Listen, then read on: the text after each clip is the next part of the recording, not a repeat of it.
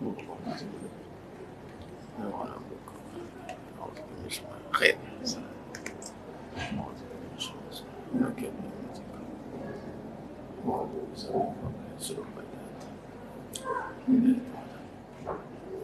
Assalamualaikum warahmatullahi wabarakatuh.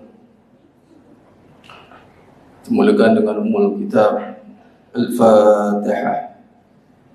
A'udzu billahi minasy syaithanir rajim. Bismillahirrahmanirrahim. Alhamdulillahi rabbil alamin. Ar-Rahmanir Rahim. Maliki yaumiddin. Iyyaka na'budu wa iyyaka nasta'in. Ihdinas siratal mustaqim. Siratal ladzina an'amta 'alaihim ghairil maghdubi 'alaihim waladdallin.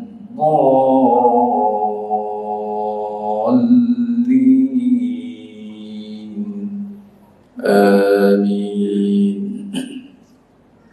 Innal hamdalillah nahmaduhu wa nasta'inuhu wa nastaghfiruh wa na'udzu billahi min shururi anfusina wa min sayyiati a'malina. Man yahdihillahu fala mudilla lahu wa man yudlil fala hadiya lahu. Ashhadu an la ilaha illallah wahdahu la sharika lahu wa ashhadu anna Muhammadan 'abduhu wa rasuluh. Allahumma salli ala sayyidina Muhammad wa ala ali sayyidina Muhammad. Rabbi yassir wa la tu'assir, rabbi tammim bil khair. Rabbi shrah li sadri wa yassir li amri wahlul 'uqdatam min lisani yafqahu qawli. Allahumma iftah alaina hikmataka wa anshur alaina min khazain rahmatika ya arhamar rahimin. Wallahu allazi la ilaha illa huwa alimul ghaibi wasyahada huwa ar-rahmanur rahim. Wallahu allazi la ilaha illa huwal malikul quddus. Al-malikul quddus as-salamul mu'minul muhaiminul azizul jabbarul mutakabbir. Subhanallahi amma yushrikun. Wallahul khaliqul bari'ul musawwiru lahul asma'ul husna. Yusabbihu lahu ma fis samawati wal ardh wa huwal azizul hakim. ولا حول ولا قوة إلا بالله العلي العظيم. ولا منجا من الله إلا إليه. أما بعد. أيها المؤمنون اتقوا الله. أوصيكم وإياي بتقوى الله فقد فاز المتقون. Sidang jemaah yang dimuliakan Allah Subhanahu wa taala, mudah-mudahan kita semua tergolong dalam golongan hamba-hambanya yang benar-benar bersyukur. Amin ya rabbal alamin. Alhamdulillah, pada petang yang berbahagia ini kita masuk pada petang hari yang ke-20 Ramadan, dan maghrib nanti kita masuklah malam ke-21 Ramadan. Kita telah pun berada pada zon atau fasa yang sangat-sangat dinantikan.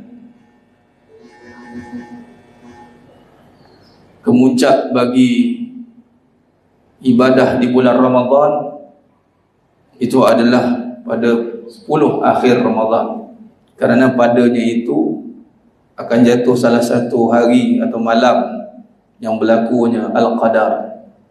Ini malam penentuan, malam kemuliaan, malam di mana diturunkan Al-Quran.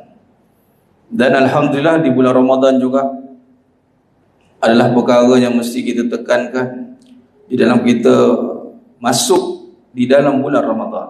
masuk ke dalam bulan Ramadan. Maka di situ adalah persiapan untuk memantapkan ketakwaan. Ini bagaimana nak membina rasa takut kepada Allah. Dalam tiga kata takut kepada Allah ni kita tukar pada perkataan yang mungkin kita lebih faham. Ini rasa bersalah dengan Allah. Bersalah bukan bermaksud kita kena buat salah baru nak rasa bersalah. Itu satu hal.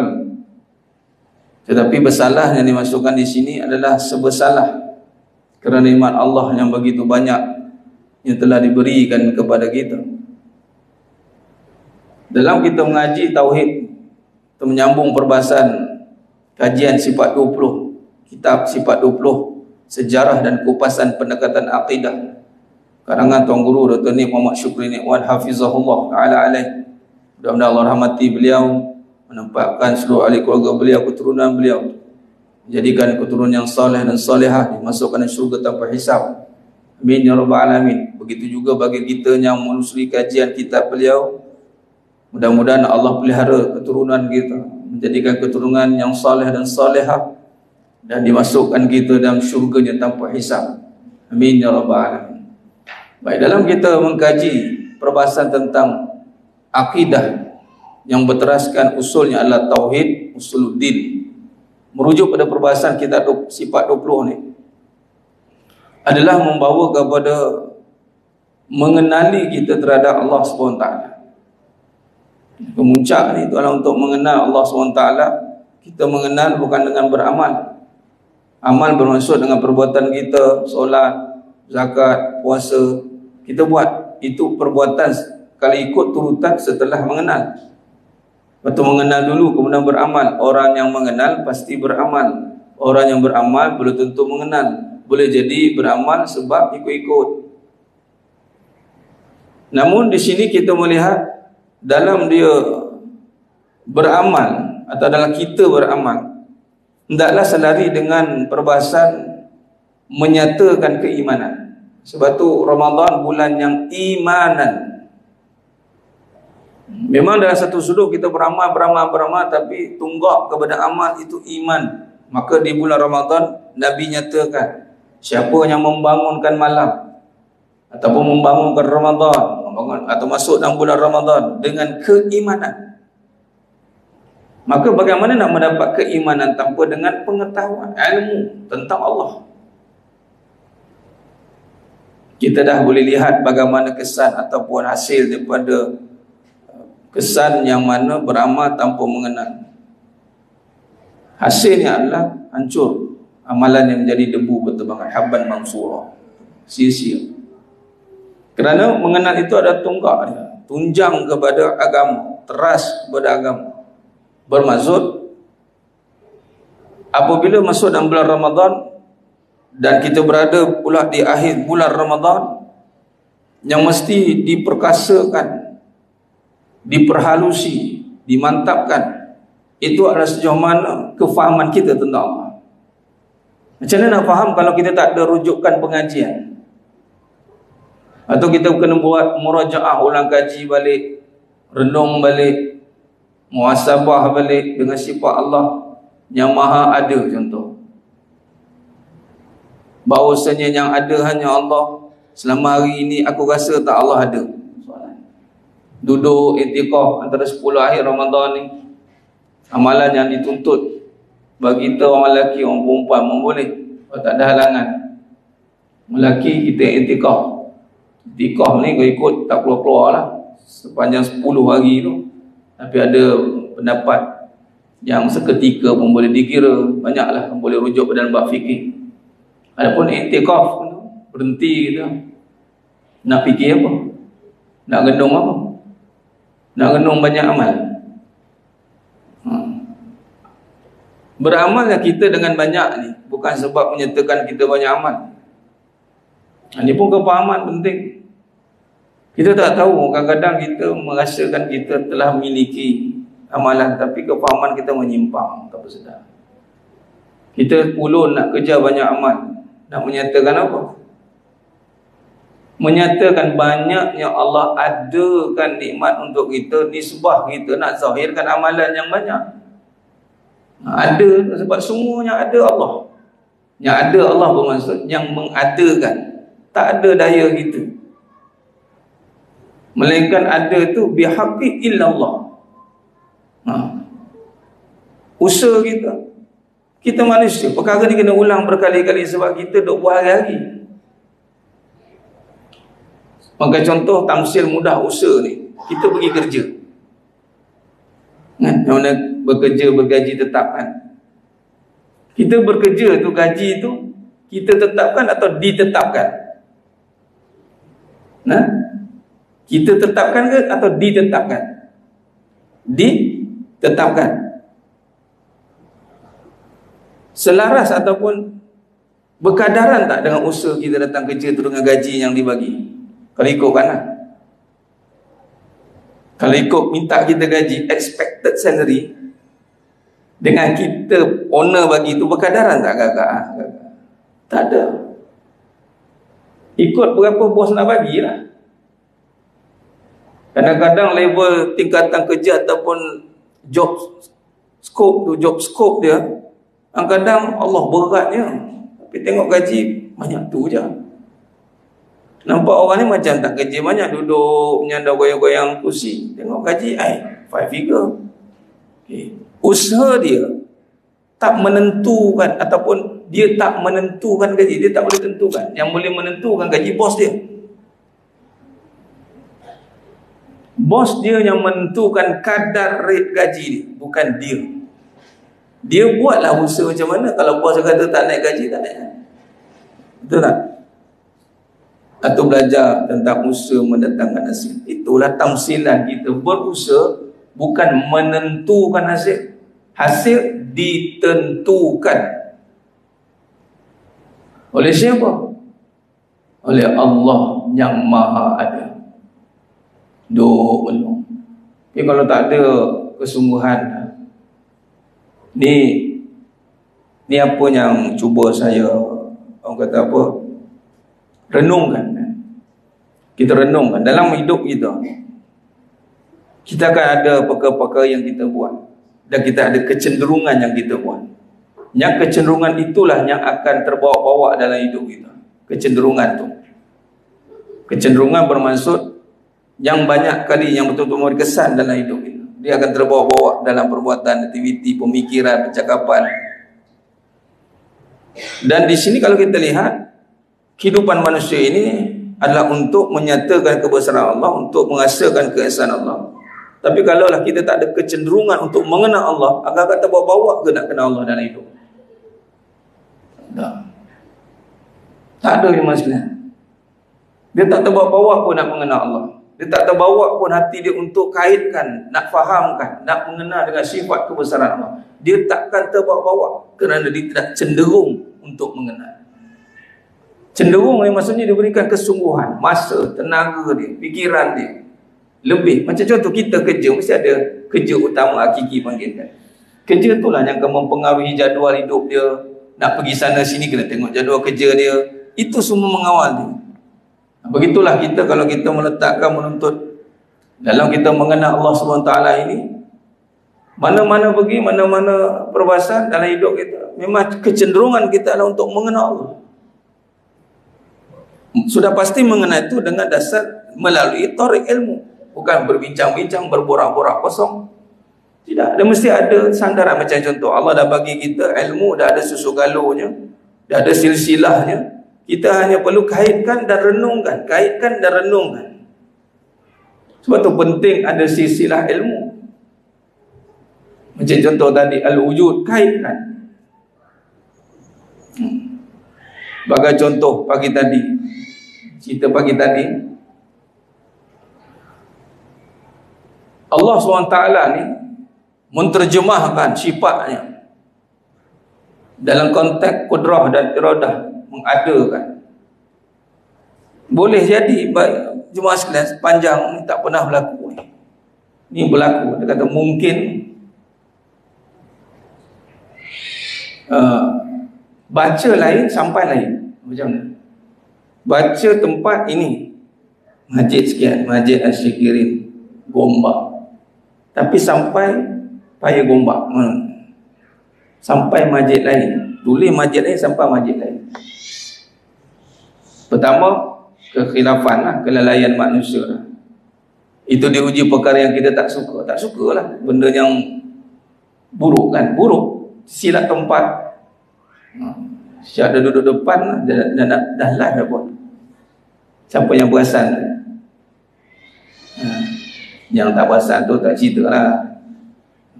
Ada kuliah tak payahlah. Kita cerita yang perasan. Kemudian dalam keadaan begitu, tengok, waktu tu pukul 6.45, 6.40 lah, dah silap keluar. Ustaz tu ada depan, saya bagi tak apa, memang ada satu tempat masjid dan muka jawatan kuasa tu ada ira-ira. Itu pun satu benda yang menyebabkan berlakunya miskom. Tapi saya nak cerita gini, apabila Allah SWT itu mengatur dan menentukan perjalanan, kita nampak kita ni mengatur dan menentukan, rupanya kita diatur dan kita ditentukan. Walaupun kita ada sedikit usaha yang kita usahakan, tapi penghasilan itu tidak tertakluk atas diri kita. Pertama, bila saya nak pergi ke tempat yang satu lagi mengambil masa 30 minit, 25 minit. Sampai situ bukan kuliah subuh dah, kuliah syuruk pagi. 7 suku saya sampai. Saya call, tergerak tu gerak tu, call doktor, saya tersilap masjid. Macam mana ni doktor? Tak apa Ustaz, saya datang. Ditakdir Allah Ta'ala, salah seorang AJK tu Dr. Ghazali, dia cover saya. Hari tu, pagi tadi kuliah subuh, dalam sejarah 2 maraton. Lepas doktor saya masuk macam tu, pasti maraton lah. Dan jemaah lain semua tunggu. Dan di situ kita belajar. Pertama, hati kita. Supaya perjalanan tu Allah je tahu lah macam mana. Kita tak rasa lagi kita orang tunggu kita dengan event kita. Saya kalau kuliah ni event besar, bukan event kecil. Sebab event tuanku, lebih pada ibarat macam event tuanku lah, raja kan. Kita nak datang ke tempat majlis yang mana rumah Allah kan. Siapa yang merasai tahu, kalau datang rumah Allah dengan merasai sifat, datang rumah Allah, majlis raja.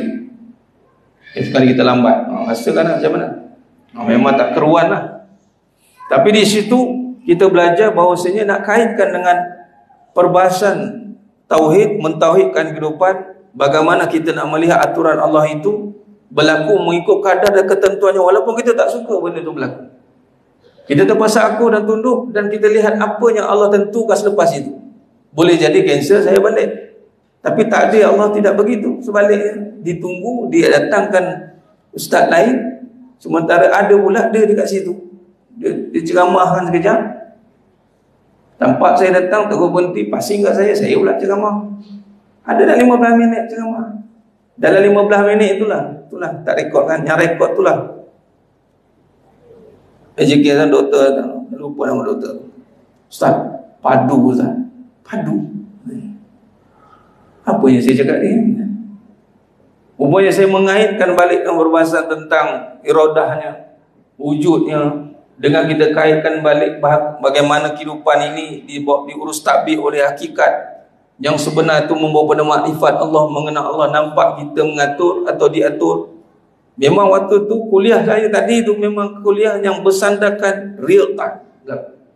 Bayangkan jemaah pandang, kau dah lambat datang 7 suku orang. Macam mana nak counter keadaan tu?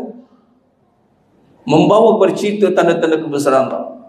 Saya tak buatlah rezeki yang ada di sana lah. Ingatkan dia lah, bila dah lambat ni, dia jadi tak sinkronis punya konteks ceramah yang awal tu Dr. Ghazali ceramah, kemudian saya nak ceramah. Dia jadi topik tu dah bersilang. Tapi dalam bersilang tu, ending dia membawa satu jawapan yang membawa kepada Allah. Cuma lain berubah. Kesilapan tu tidak nampak kesilapan. Kesilapan tu diterjemahkan dengan pengajaran yang membawa kepada kesedaran tentang Allah. Maka silap tu hilang. Kalau kesilapan itu tidak dibawa pada Allah dengan gelabah, dengan poin, takkan nak buka. Waktu tu dah tak ada poin-poin dah. Duduk, Kita tak sempat nak ambil nafas, tunggu-tunggu kita zap pegang mikrofon, Assalamualaikum warahmatullahi wabarakatuh je kan. Handphone apa pun tak buka lah.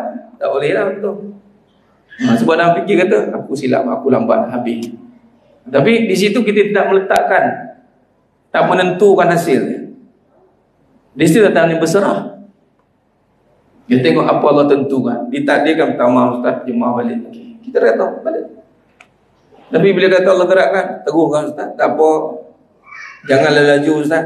Dia tahulah kita memang kalau dah lambat memang dah pecut habis. Yang nyari tak buat motor ni. Buat kita pun kita seluk steady lah. Sabarlah banyak dalam cepatlah sampai. Tapi di situlah memahaminya tentang Allah ni nak kaitkan dengan bagaimana kalau kita tidak ada susu-galuh ilmu tu, kita nak mengaitkan perjalanan hidup kita ini dengan sifat Allah Ta'ala. Kita akan mengalami satu kepincangan, malah kita akan berkata benda yang bukan-bukan. Kita akan mentakwilkan, menterjemahkan situasi dengan keadaan, perasaan, kebendaan. Akhirnya jadi apa? Pergaduhan, permusuhan. Kita punya rekod akan buruk. Rekod akan buruk. Allah tak jaga. Kenapa? Sebab apa yang terjadi, yang Allah adakan adalah untuk menyatakan kekuasaannya. Itu je lah. Patutnya kita cari jalan macam nak faham kuasa Allah. Tak faham Ustaz? Belajar. Itu je lah caranya. Belajar dan menghayati sifat-sifat yang telah dibahaskan oleh para ulama. Itulah perbahasan dia Mas sekalian. Sangat berguna. Jadi saya sarankan bagi Mas sekalian buka balik murojaah, tengok balik sifat-sifat yang telah kita pelajari, dan kita hari ini masuk sifat maknawiyah. Dan kita pun telah pun berbahas tentang ma'ani, sifat salbiyah, sifat nafsiyah, dan ini semua termasuk dalam perbahasan sifat wajib bagi zat Allah Subhanahu wa ta'ala. Maka di situ saya secara peribadi, bila kita belajar dan mengajar, dan kita nak belajar juga daripada apa yang kita mengajar, sini saya kira lah peribadi saya, bukan semudah untuk itu nak terjemahkan apa kita belajar dengan kefahaman sifat. Bukan semudah itu. Sebab tu kadang-kadang kita belajar sifat Allah, lepas tu belajar apa tak habis. Tutup buku. Apa yang terjadi kat luar, dia sebut Allah, sabar, tapi nak kait sifat secara zoom in, secara satu-satu sifat yang keluar. Apa benda ni? Sifat apa nak kait Allah? Sebab wujud dia. Af'al mana nak pakai ni? Dia datang. Kalau itu ada dalam jiwa diri kita, melihat kita dengan asma Allah, dengan sifat wajib bagi Allah, percayalah, sesungguhnya hidup kita telah ditadbir oleh Allah secara penuh. Itu satu kejayaan apabila hidup dia mampu berada di dalam kekuasaan Allah yang sedia ada dalam kuasa Allah. Kadang-kadang kita je merasai, menyangka kita mengatur dia. Tapi memang challenge nak cabaran, sebab nafsu berada di situ. Nafsu perasaan. Bila suatu perkara berlaku, perasaan akan cuba untuk mengambil alih. Macam saya tadi, perasaan gelabah, pikiran tak menentu, itu akan datang. Itu melalui semua lumrah. Tapi adakah dia menguasai kita? Tidak. Bagi saya, dia tak menguasai saya. Itu dia. Sebab apa tak menguasai? Kerana saya dikuasai oleh dia, Allah. Bagaimana kita nak dikuasai oleh Allah? Kita menguasai sifat Allah.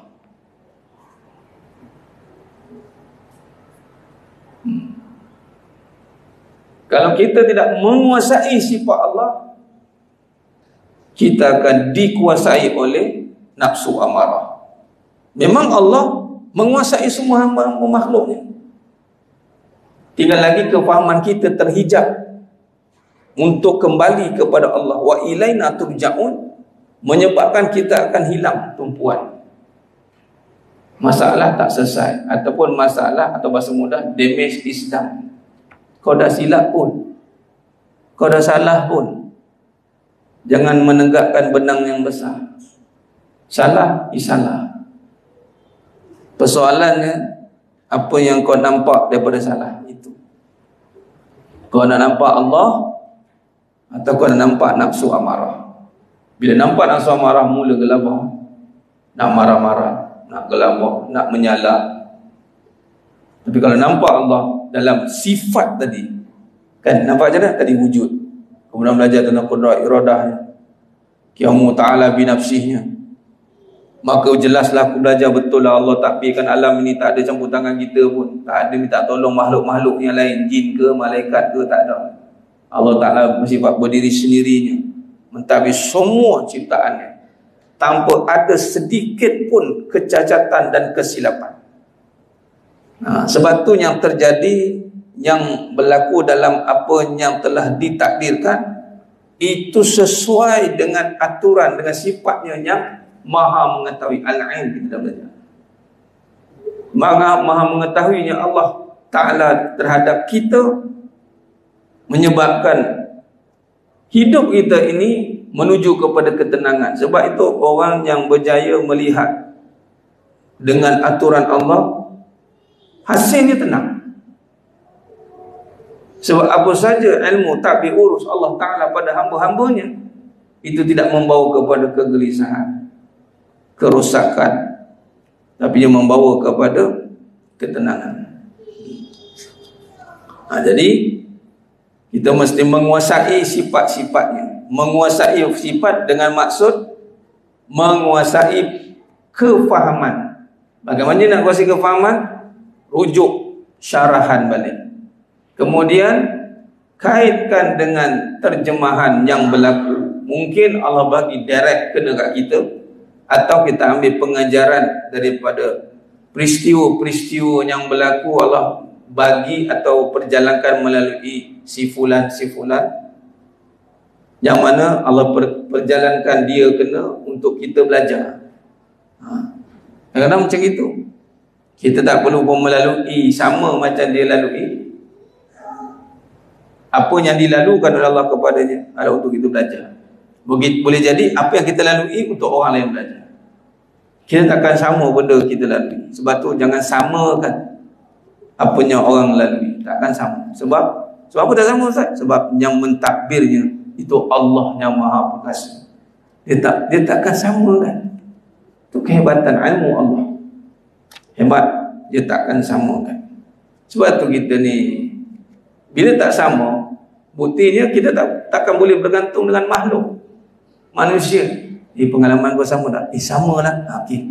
Kau jalan dulu, aku ikut belakang. Tak ada. Lain sekali kadang-kadang kita menyandar seorang. Siapa lah nak faham aku? Memang tak ada seorang pun faham. Asal tak ada seorang faham? Sebab masalah kau takkan sama dengan orang. Masalah orang takkan sama dengan kau. Jadi jangan samakan. Satu. Kedua, jangan remehkan masalah orang. Tak sama. Mungkin masalah kita nampak kecil, masalah dia besar, kita pun kecilkan yang besar. Jangan. Takkan sama. Betul, Ustaz? Yang kita bincang-bincang tu macam mana? Bincang ilmu. Bukan bincang masalah, kemudian kita tengok apa kesan masalah perasaan kita. Tak ada apa-apa. Yang bincang ilmu. Macam mana kita nak faham. Sebab tu tak semudah itu untuk kita berbicara tentang perjalanan hidup. Sebab tu bila orang yang sedang dilalukan dengan macam-macam perjalanan, dia akan banyak diam. Diam tu maksud apa? Dia sedang mencari dilalah, keterangan. Tu sifat Allah. Dengan menterjemahkan al-kalam. Kita dah bincangkan sebelum ni. Yang bertakluk dengan dilalah. Yang tidak berhuruf, tidak bersuara, tetapi membawa kepada keterangan. Pada kalam takluk dengan al-ain, tapi al-ain tidak terkait dengan kalam. Sebab takkan sama macam kita menuntut ilmu sekarang ni berserta kan dengan kata-kata. Tidak, sifat ilmu Allah tidak begitu. Tidak perlukan kalam untuk faham, untuk terjemah inkishaf, untuk terbuka ilmu tu bukan dengan perkataan. Tapi kalam itu padanya takluk dengan al-'ain. Tapi kalam itu bukan yang berhuruf, bersuara, tidak menyerupai percakapan makhluk, tetapi dia terkait dengan dilalah, yakni bererti menunjukkan. Sebab tu orang yang melalui perjalanan hidup, permasalahan, dia akan diam. Bukan diam, jadi dua maksud diam. Diam yang pertama dah terdiam, malah halu, terdiam terus. Kita nak diam yang kedua, diam yang membawa kepada faham. Diam membawa kepada faham, bukan dia diamkan. Diamkanlah, malas aku nak dengar. Itu terdiam. Diam yang membawa faham, dia mengaji. Dia cari maksud hidup dia balik. Dia cari perjalanan dia balik. Melalui apa nak cari? Melalui menguasai sifat-sifat.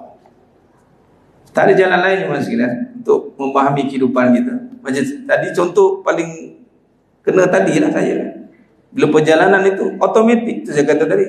Mengajar sambil saya belajar, dan belajar itu mengajar bukan dalam dua komposisi yang Allah takdirkan. Posisi saya tadi pun bukan semudah tu nak sinkronaskan. Itu peribadi saya lah. Apatah lagi realiti itu berlaku tempat-tempat macam itu. Sebab itu nak tak nak kita kena cenderung untuk sentiasa berfikir tafakur secara fikiran, melihat, menghayati, merasai. Kita nak tak nak kita kena berusaha untuk mengaitkan sifat-sifat peribahasa tentang Allah ini dalam hidup kita semaksimum boleh. Itu iman, semaksimum boleh. Semaksimum boleh, sebanyak yang boleh. Kerana itulah yang terpakai 24 jam. Kemudian kita akan terjemahkan amalan-amalan bersifat syar'iyah, yang zahiri, perbuatan. Bila kita faham tentang syariat kehidupan dengan memahami dengan hakikat yang berteraskan kepada makrifat. Hakikat itu kebenaran pada kehidupan, syariat yang sedang berlaku dalam kehidupan yang nampak depan mata. Maka hakikat sebagai contoh tadi, kesilapan perjalanan manusia itu di dalam takluk kudrah iradah Allah, itu hakikat. Maka di situ membawa kepada mengenal dia, mengenal Allah. Bagi contoh, syariat kita bekerja cari duit. Hakikat yang takluk ni terkait dengan Allah Ta'ala kudrah iradah mengadakan rezeki dan menguruskan rezeki kita. Bila kita faham tentang sifat, belajar hakikat dengan sifat kebesaran Allah, membawa kepada ma'rifatullah, mengenal. Torik kat mana torik? Torik tu perjalanan pada syariat nak ke hakikat tu lah. Atau torik tu apa amalan perjalanan yang kita buat itu. Taib. Bila hakikat kita benar, membawa kepada makrifat, maka syariat tidak akan mengkhianat, tidak akan dikhianati. Jadi kita tak akan merosakkan syariat itu. Bagi contoh, kita tak akan buat benda haram. Takkan nak buat benda haram kalau kita dah berhakikat bahawa rezeki Allah tentukan. Kalau Allah tentukan rezeki, kenapa kita bersalahan pada syariat? Sebab tu hakikat dan syariat itu akan seiringan. Kalau kita dah yakin tadi bahawa semua ini telah tertulis di Lauhil Mahfuz, kau akan tersilap hari ini sekian-sekian, buat sekian-sekian, maka syariat kau tak payah nak marah, tak nak kelang kabut, tak payah kau nak ini. Kau bersangka baik dengan Allah, pasti ada penyelesaian, husnuzan. Maka sungguh dalam keadaan-keadaan yang mustahil ni pada akal kita, walhal dunia tidak letakkan mustahil. Dunia ini letakkan harus.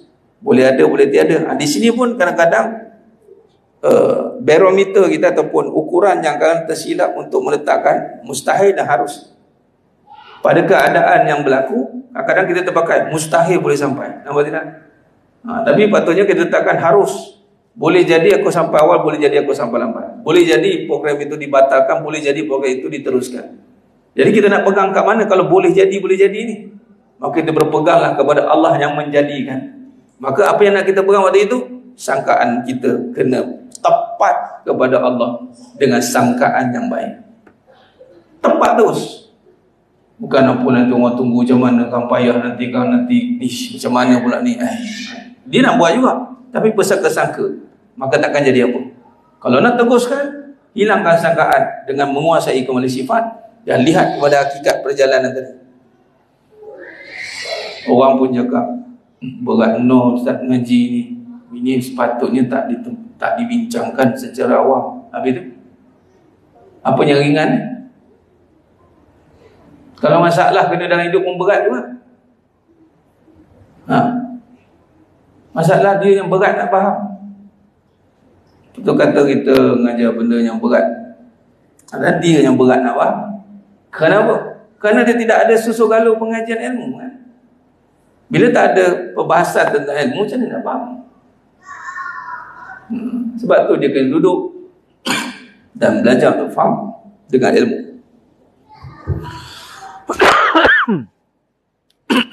Allahumma salli.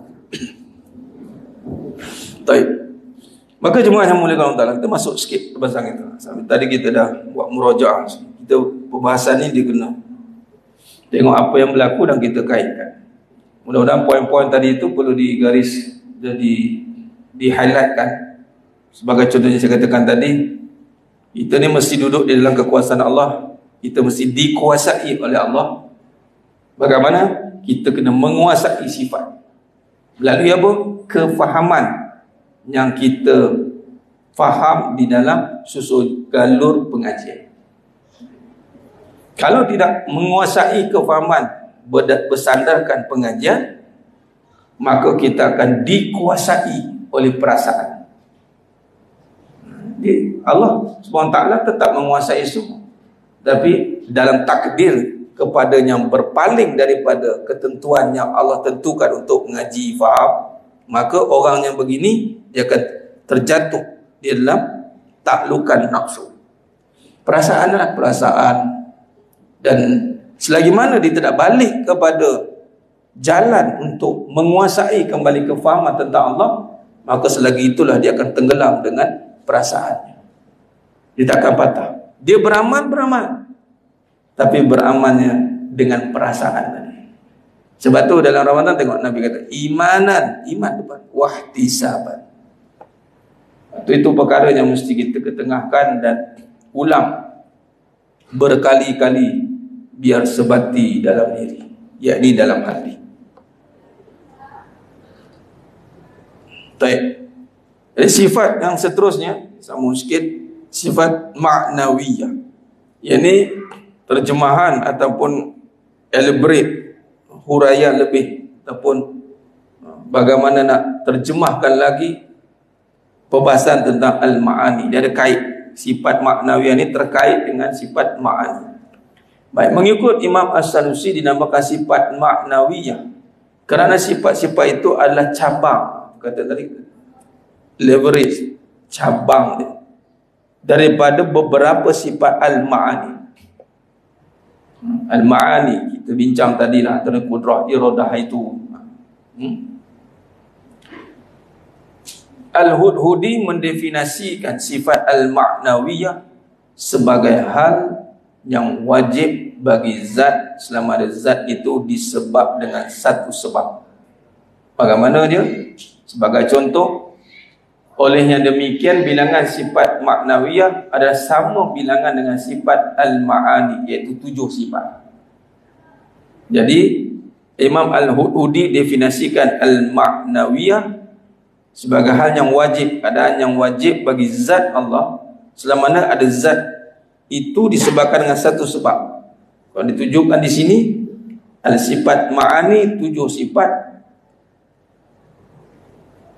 ma'nawiyah adalah sama bilangan dengan 7 sifat, bermaksud al-ma'ani 7, al-ma'nawiyah 7. Dia nisbah satu-satu.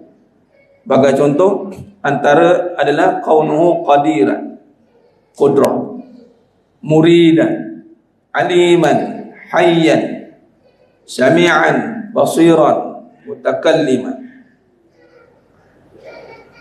Syekh Muhammad Zain di dalam Bidayah Al-Hidayah menterjemahkan dengan yang kuasa. Kalau qudrah, berkuasa. Kaunuhu qadiran, yang berkuasa. Muridan, yang berkehendak. Qudrah, iradah. Jadi maknawiyahnya kaunuhu qadiran, kemudian muridan, yang berkehendak. Aliman, yang tahu. Al-ilm, itu sifat mengetahui. Sebut aliman, yang tahu. Hayyan, yang hidup. Sami'an, yang mendengar. Basiran, yang melihat. Mutakalliman, yang berkata-kata. Nah, itu kata hal yang wajib bagi zat selama ada zat itu disebabkan dengan satu sebab. Pembahasan tentang al-ilm hayya itu bila maknawiyahnya disebabkan zat itu disebabkan satu sebab aliman, satu sebab ilmu, yang berilmu, sebabkan hidup, yang hidup, sebabkan mendengar, yang mendengar. Itu maknawiyah. Baik. Sebagian sifat-sifat al-ma'nawiyah pernah disebut oleh al-Imam Abu Hanifah. Mana perbahasan sifat-sifat maknawiyah ini sebahagiannya telah pun dibincangkan oleh Imam Abu Hanifah. Disebut Imam Abu Hanifah ni ulama salaf yang awal, kurun kedua, kurun ketiga dalam perbahasan. Dalam kitab Fiqhul Akbar, kitab yang membincangkan tentang sifat-sifat Allah, kita akidah, walaupun sebut Fiqhul Akbar, merujuk pada akidah. Baik. Seperti mana sifat yang dibincangkan oleh Imam Abu Hanifah dalam Fiqhul Akbar, yakni aliman, qadiran, mutakalliman. Antara sifat yang dibincangkan oleh Imam Abu Hanifah, maksud yang dibawa oleh Imam As-Sanusi dan perbahasan sifat maknawiyah tidak lagi daripada susu gaduh daripada Imam Abu Hanifah, tak lagi pada ulama salaf. Jadi perbahasan ini bukan perbahasan yang baru ada, dah ada daripada zaman Imam Abu Hanifah lagi. Dan pada keseluruhannya sifat-sifat ini juga, pada keseluruhan pula sifat-sifat ini sudah disebut oleh Imam Syafi'i pula dan Imam Abu Hasan Al-Ash'ari. Maknanya ada juga sesuatu sifat yang diletakkan dalam maknawiyah ini dibincangkan oleh Imam Syafi'i dan Imam Abu Hasan Al-Ash'ari. Ini pun imam-imam yang muktabar dalam membincangkan akidah. Baik. Antaranya dalam Asy-Syafi'i Kaukab Al-Azhar Syarah Al-Fiqh Al-Akbar wa i'lamu anna al-bari ta'ala hayyun 'alimun qadirun sami'un basirun muridun mutakallim. Dan ketahui olehmu bahawa Allah SWT itu hidup, alim, berkuasa, mendengar, melihat, berkehendak dan bercakap.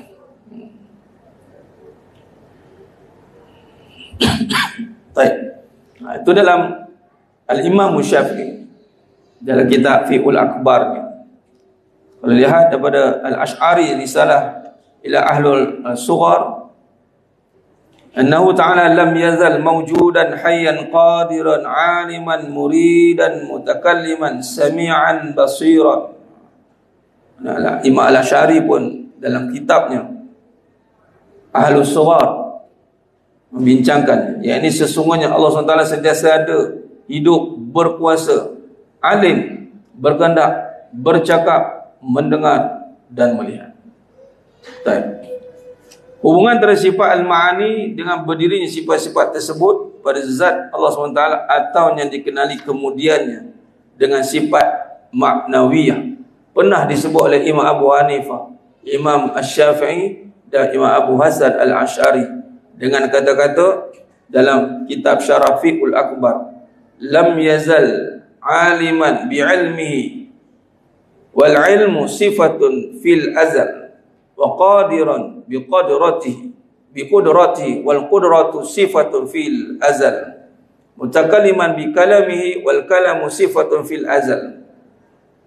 Allah SWT sentiasa alim dengan ilmu. Ini kata maknawiyah. Ilmu, alim. Ilmu membawa sifat alim. Orang alim mesti berilmu. Tapi kalau manusia belum tentu berilmu tu alim. Belum tentu. Sebab kadang-kadang ilmu tu tidak diterjemahkan, ada mungkin salah faham ataupun banyaklah faktor-faktornya. Tapi kalau perbahasan alim dengan ilmu, itu ma'ani al-ilm, aliman. Maknanya kita kalau beriman dengan Allah yang Maha berilmu ni, yakin dengan ilmunya, memang Allah sungguh alim, mengetahui. Berbalik dengan yang berlaku ni mesti dengan ilmunya sejak azali. Sebab tu kalau kita susah, Allah tahu dah kita susah. Kadang-kadang kalau manusia buat tahu, kalaupun dia tahu, dia tak benar-benar mengetahui macam mana nak selesaikan. Kalau Allah SWT dengan sifatnya berilmu dan mengetahui kita susah, mengetahui kita. Jadi pengetahui itu dengan sebenar-benar pengetahuan. Alim dengan ilmunya, dan ilmunya itu adalah satu sifat sejak sedia kala. Sedia kala. Allah SWT sentiasa berkuasa dengan kuasanya. Saya ada jawatan tapi saya tak ada kuasa nak menentukan. Saya tak boleh. Kadang-kadang ada orang ada kuasa tapi tidak boleh nak menyatakan. Allah SWT bersifat berkuasa dengan apa? Dengan kuasanya. Dan kuasanya itu adalah satu sifat sejak sedia kala. Allah SWT sentiasa bercakap dengan cakapannya dalam perbahasan Al-Kalam, dan cakapannya itu adalah satu sifat sejak sedia kala. Okay. Maksudnya kata perbahasan sifat maknawiyah ini telah pun dibahaskan dalam syarah Al-Fiqhul Akbar Imam Abu Hanifah. Mana tidak bercanggah dengan perbahasan daripada ulama salaf. Penting kait ulama salaf pelopor pada perbahasan. Dan ulama salaf kurun yang terbaik. Kerana mengikut Nabi 100%. Kita ikut Nabi juga, tapi melalui ulama warasatul anbiya. Ada silsilahnya. Baik. Kalau rujuk pada syarah Al-Syafi'i dalam Kaukabun Al-Azhar syarah Al-Fiqhul Akbar, wa'lamu anna al-bari ta'ala hayyun bi hayati, alimun bil ilmi, qadirun bi qudrati, muridun bi iradati, sami'un bis sam', basirun bi basar, mutakallimun bi kalam. Sami'un bis sam', basirun bi basar, mutakallimun bil kalam. Dan ketahui olehmu bahawa Allah SWT itu hidup dengan sifat hidup, alim dengan ilmu, berkuasa dengan kuasa, berkehendak dengan kehendak, mendengar dengan pendengaran, melihat dengan penglihatan, dan bercakap dengan cakapan. Jadi sifat maknawiyah ini adalah cabang daripada perbahasan sifat ma'ani, yang mana tertegak dengan zat Allah SWT itu. Dengan sifat ini menceritakan sifat ma'ani. Maknawiyah ini maksudnya menceritakan sifat ma'ani dengan lebih jelas. Baik. Maka kita simpulkan pembahasan kita. Kita berhentikan surat ni dulu 158. Kita sambung lain insya-Allah. Sebab 158. Kita berhentikan surat ini, dan kesimpulan di sini menambahkan lagi yakin kita dengan kita mengetahui dengan kudrah, kuasa apa, kuasanya, dengan kuasanya berkuasa apa, al-ilm, dengan ilmunya mengetahui Allah SWT. Allah mengetahui, maka kita tidak lagi berbelah bagi untuk menyerahkan diri kepada Allah SWT dengan penyerahan yang total. Ini cara kita mengaji tauhid. Sebab nak pakai dalam hidup, maka tidaklah kita teragak-agak untuk kita menyerahkan tugas kita kepada Allah. Dalam kata lain, kita berusaha dengan yakin Allah Maha mengetahui akan setiap usaha yang kita lakukan, dan kita berharap usaha ini dikabulkan oleh Allah. Betul? Buat seiring. Bukan kita berusaha dengan kita yang mengetahui. Memanglah kita ada ilmu, Allah bagi sikit-sikit dah. Apa jadi ke depan kita pun tak tahu. Jadi dengan sifat Allah yang alim, dengan sifat ma'ani dan maknawiyah yang kita belajar sikit ni, kita pun dah buka perbahasan ni, maka lebih yakinlah kita kepada Allah Ta'ala yang berkuasa dengan kuasanya, yang berilmu, yang alim dengan ilmunya, dan ianya telah ada sediakan. Baik. Mudah-mudahan menambahkan lagi kefahaman untuk kita beriman dengan sifat-sifat kesempurnaan Allah SWT dan membawa kesan kepada kehidupan, yang mana kehidupan, kesan yang paling besar adalah terzahirnya ketenangan di dalam hati dan perjalanan hidup kita. Macam mana pun ombak, badai menghempas lautan, tetapi kapal tak karam. Kapal hanya melabuhkan diri dia saja di lautan, kerana sifat kapal memang akan berhadapan dengan ombak lautan. Bukan nama kapal kalau parking dekat pelabuhan tak letak kat tengah-tengah, kan? Itu kapal tersadai. Tapi kalau kapalnya hebat, dia akan berada di tengah-tengah ombak badai. Walaupun tinggi dia julang macam ini naik, tapi dia tidak tenggelam dengan keadaan itu. Dia akan steady balik. Kenapa? Dia ada berpegang dengan keyakinan. Dia ada sistem, kan? Kapal tu ada sistem dia. Kenapa tak tenggelam? Kerana ada sistem dia. Kenapa kita tak tenggelam dengan masalah? Kerana kita ada sistem keyakinan kita, yang menjadi ibarat pelampung, yang menjadi sebagai defender, yang mempertahankan daripada hentaman. Maka kuat macam mana kita dapat? Kerana kita menguasai sifat Allah. Itu ayat dia. Wallahu alam. InsyaAllah berhenti setakat ni. Aku 7 dah, buka dah. Dan kita terus dengan munajat umat, insyaAllah. Bikiratil suratul Fatihah, sabah qiraah. Kita ambil peluang waktu mustajab ini. Ada masa lagi mustajab, dah buka nanti lagi mustajab waktu itu, dan dah masuk pun zon dia. Kita ambil peluang, kita masih dalam majlis ilmu. Majlis ilmu ni, Masya Allah, kalau Allah buka ijab mata, nampak taman syurga. Dalam ni lah Allah kabulkan segala hajat ni. Itu sebab orang berebut masuk dalam Raudhah di Madinah Al-Munawwarah, kerana padanya mustajab doa. Jadi kita ambil peluang ni untuk kita berdoa dengan bacaan suratul Fatihah, tawassul dengan Fatihah. 9 kali bacaan. Bagi yang baru mungkin ada perubahan, boleh ikut saja insyaAllah. Nanti kita akan doa, aminkan saja insyaAllah.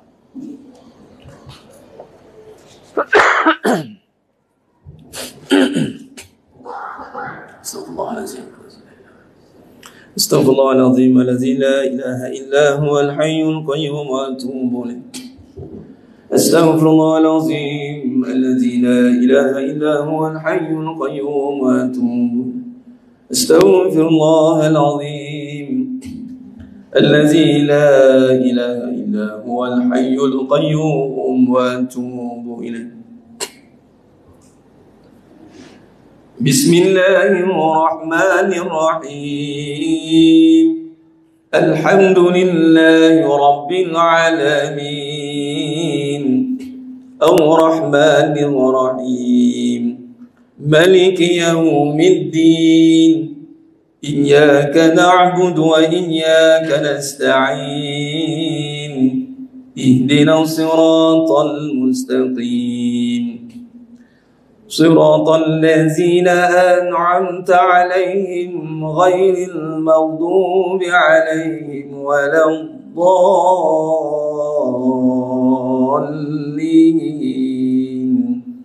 آمين.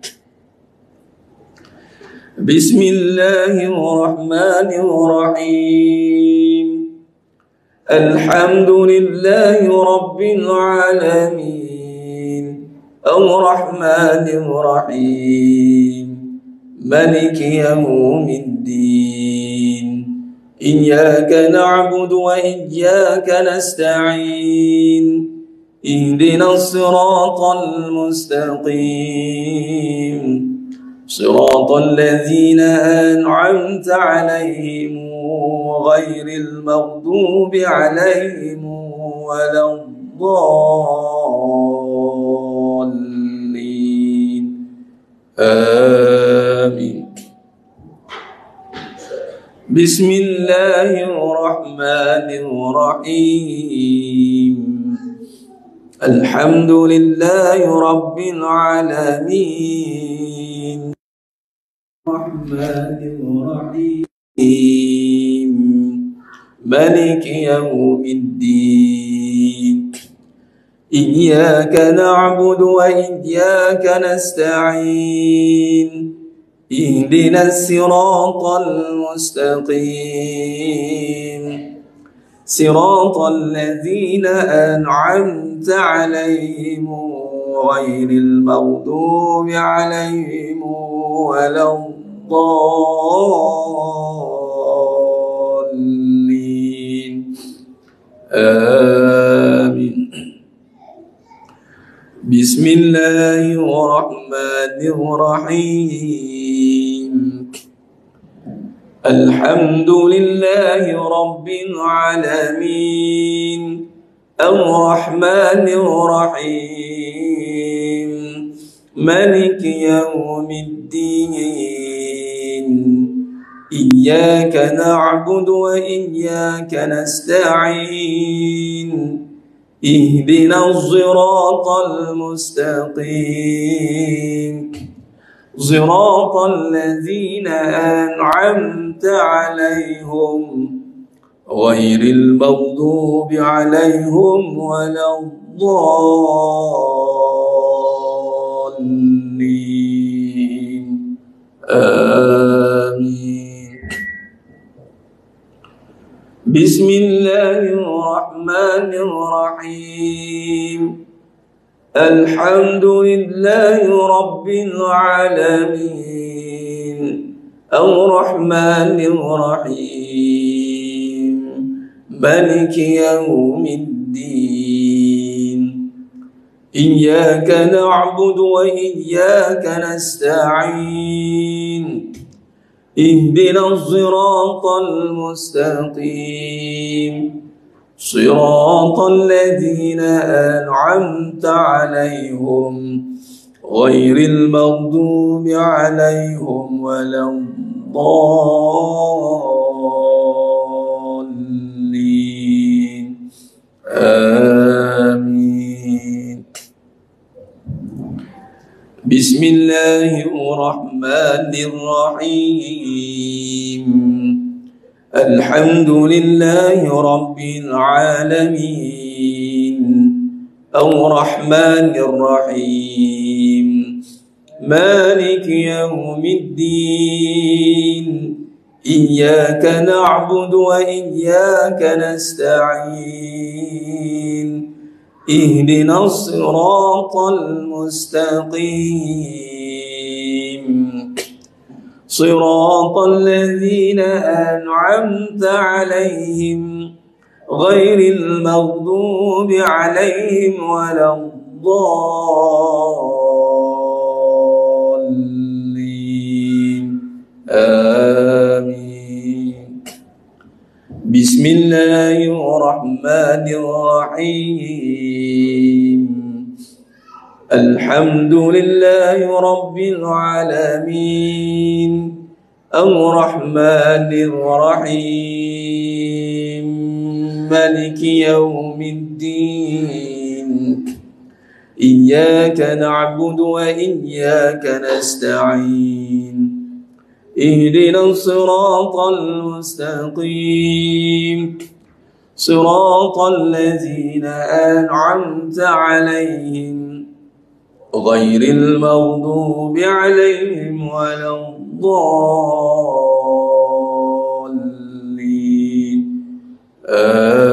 آمين. بسم الله الرحمن الرحيم الحمد لله رب العالمين الرحمن الرحيم مالك يوم الدين إياك نعبد وإياك نستعين اهدنا الصراط المستقيم صراط الذين أنعمت عليهم غير المغضوب عليهم ولا الضالين آمين. بسم الله الرحمن الرحيم. الحمد لله رب العالمين الرحمن الرحيم مالك يوم الدين إياك نعبد وإياك نستعين اهدنا الصراط المستقيم صراط الذين أنعمت عليهم غير المغضوب عليهم ولا الضالين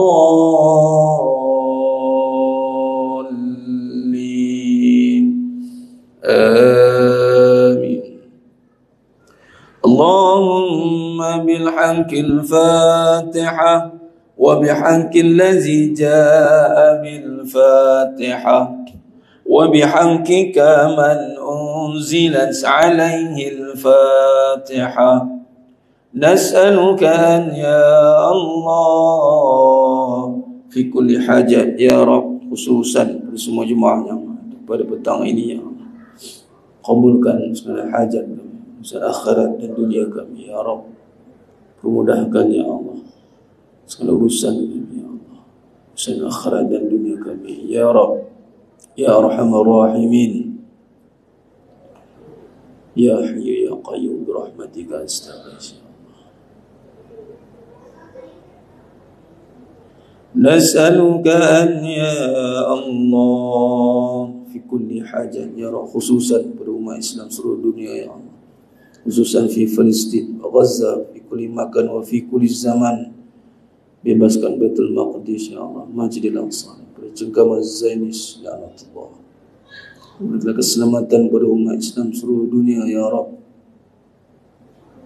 ya Rahman nas'aluka an ya Allah fi kulli hajat ya Rabb mudahkan segala usaha ya Rabb ya Rahman ya Hayyu ya Qayyum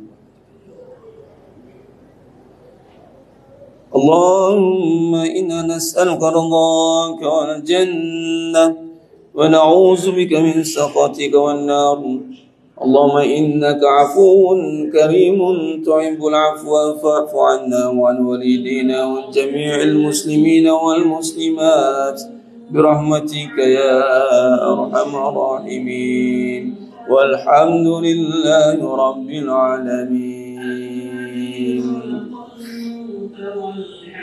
Alhamdulillah dimana memulakan Allah Ta'ala. Syukur saya sudah bacaan mengajar umat dan pengajian kita pada petang ini. Teruskan bermunajat, masih ada masa sebelum berbuka ini dan juga selepas berbuka pun waktu yang mustajab insyaAllah. Mudah-mudahan Allah terima seluruh amalan kita 10 akhir Ramadan insyaAllah. Aqulu qawli hadza wa astaghfirullah azim wa lakum wa bila taufiq wal hidayah. Assalamualaikum warahmatullahi wabarakatuh. Tangguh dengan tasbih kafarah dan suratul Asr. Subhanakallahumma wa bihamdika asyhadu an la ilaha illa anta Bismillahirrahmanirrahim. Wal 'asr innal insana lafi khusr. Wallahu a'lam bis-shawab. Takbir. Allahu akbar.